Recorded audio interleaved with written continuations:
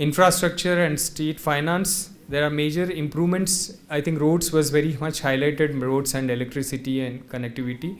But there are gaps in digital infrastructure. In fact, even in agriculture, people pointed out that AI in agriculture is quite lagging compared to other states. There is a need for shift from physical fragility to stability and dependence on there's basically high dependence on mining revenues.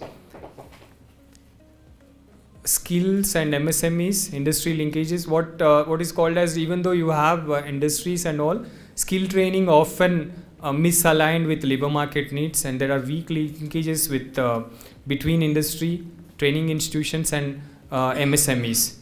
There's a need to strengthen local enterprises and entrepreneurship, focus on agro-processing, services, manufacturing and green jobs.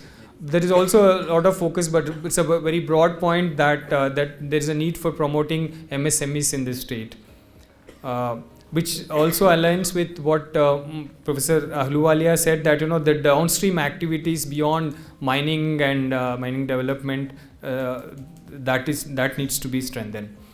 One thing which was again as mentioned, that when you're talking about Adivasi populations and forest-based livelihoods,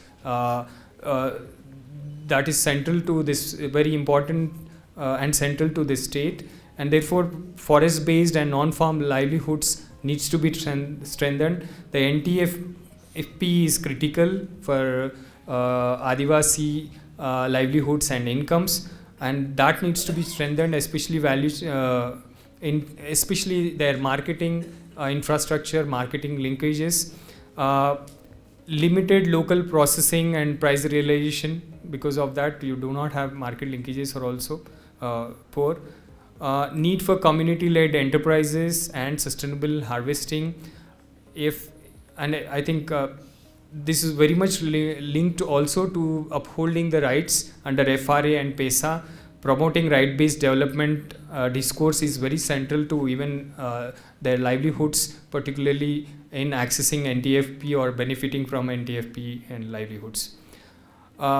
One of the things I think was central across in the discussion, and we have also had focused discussions around Adivasis and empowerment and social equity. In fact, Professor Nitya Rao, Professor Kaka, Devnathan, they were emphasized. I am not capturing much. One thing what was highlighted is that, one is that yes, we do talk about unity in diversity and richness of the cultures, but there's still more of assimilation than integration that we always talked about. And I think Professor Nitya Rao said that we need to continue to talk about the principle of social justice and an approach, a holistic approach to people and nature, and to land and livelihoods, land and labor.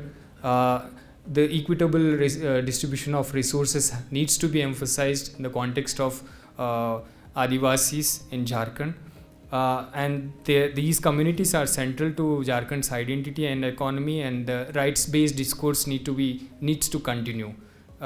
Besides, what we talked about, improving capabilities, what Devnathan, Professor Devnathan mentioned as that improving the capacity to aspire.